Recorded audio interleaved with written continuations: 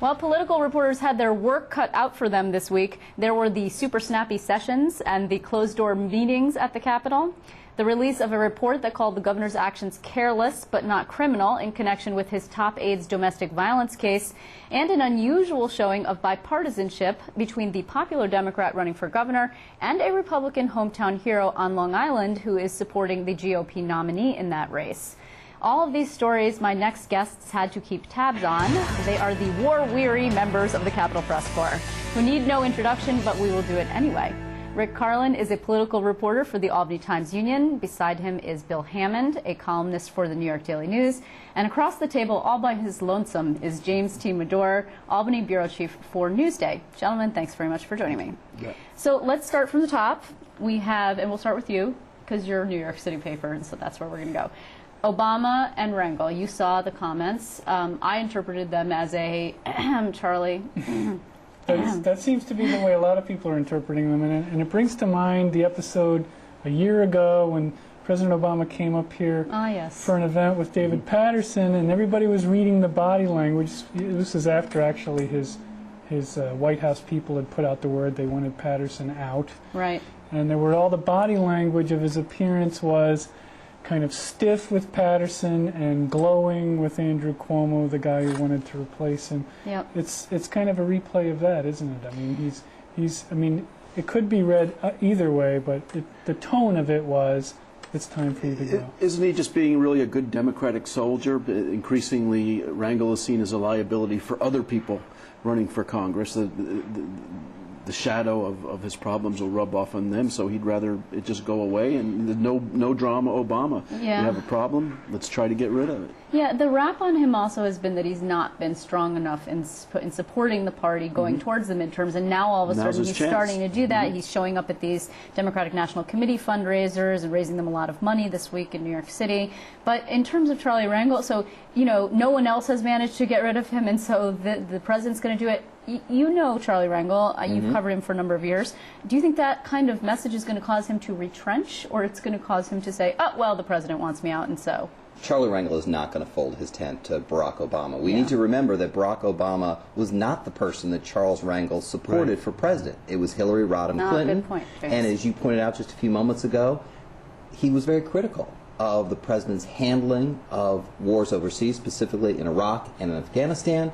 So Charlie Rangel wants to fight this out. He wants to show New Yorkers and the larger public that he did nothing wrong, because he believes he did nothing wrong. Well, actually, there was a report today, in addition in the Washington Post and also in the New York Times, that says the committee that handed up these charges actually recommended, you know, not a very stiff penalty for him, and yet for some reason they couldn't see their way clear to get to that either. So it just seems to me to be, doesn't look good right now. Well, and if you reflect back to what happened with David Patterson, this rubbed a lot of people the wrong way. Even people who agreed with him in principle that David Patterson should not be running for re-election, that he should step aside for the good of the party, they didn't like the heavy-handed way the message was sent. And if people read the president's reaction that way again, it might alienate people. This is a little different, though, isn't it? I mean, with Patterson, he was really inserting himself full bore into New York State politics. True. This is a national body, Congress, and I think he could argue he has should have more of a voice in this matter. Yes, but also what about the separation of powers? I mean, the executive and the legislative branch. I think you could go either way, but you know what? Let's talk about David Patterson, because you brought him up, and I think that we should. No, it's okay. I think that we should, because you actually wrote a very strong column in response to the Kay report, and you know. Well, the point of my column was that the Kay report exonerated him of criminal charges. It found that when it came down to the witness tampering charge and the domestic violence incident involving one of his close aides, that the evidence didn't support that. But when you read through the background detail that got her to where she reached that conclusion, she laid out time and time again where the governor of New York State was saying something other than the truth about this case. He was saying he was misleading his own aides about what had happened and what he knew about it. He was misleading the press. He was misleading the public, and it was a pattern that was very troubling. And that was sort of the universal reaction to the report: is, oh my God, you know, this guy really does have trouble sticking to the truth. The report also noted that the Patterson administration didn't really cooperate with them much at all. There were Right. leaks and roadblocks. You wonder if there's something about the water in the second floor. I mean, we were here at this table, what was it, 2 years ago? The I was on previous the other governor, side, but yes. arguing over the travel records affair, where Yep. then Governor Spitzer had been mucking around with the state police and travel records of Joe Bruno. Again, a governor inserting himself into some sort of police business when he shouldn't have. And then we found actually that the Public Integrity Commission, the head of the public, no longer there, the executive director, was actually giving documents back and forth to the That's second right. floor. I mean, it's Leaks almost within like leaks, and it's almost just- like seeing the same Yeah. thing all over again. What's also damaging for David Patterson, who right now is looking at his legacy, what we're going to remember him for, Right. is that the Kay report reinforces the idea that he's not always telling us the complete truth, that he's shading the facts. And we're going back to situations where how he talked about how he selected Kirsten Gillibrand to be the United States Senator from New York. How only a few months ago he told us he had raised $1 million for his campaign, and then when the records come out, we see he raised about $100,000.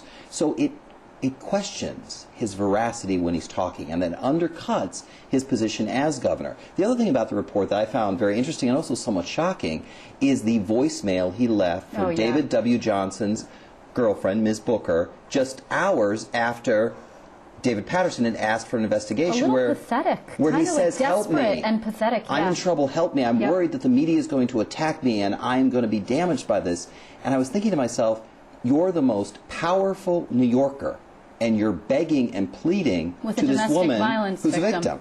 Right. Yeah, well, it's an example of the cliche now in politics that the cover-up is worse than the crime. I mean, not to downplay a very serious incident between his aide and this woman, but that was his aide's issue. It should not have been the governor's issue, it became the governor's issue because he first wasn't all that curious about what happened, and then he downplayed what happened, and then he ended up misleading people about what happened.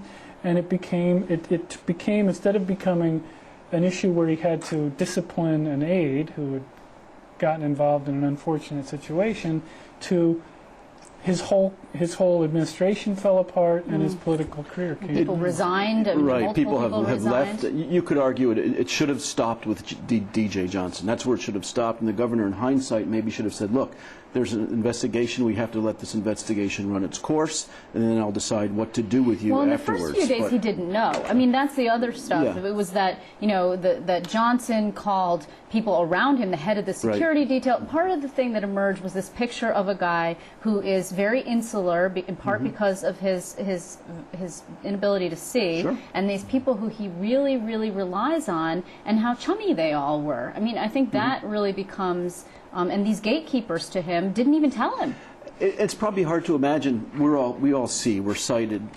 I can't imagine what it would be like to be that dependent on other people for simple daily tasks. Regardless, judgment Still, is judgment. doesn't right. justify it. And in fact, if we look at the conclusions that Judge Kay made, she made it very clear that she feels that the case should be investigated by the Bronx District Attorney. But we have seen no discipline of some of the people who still work for David Patterson.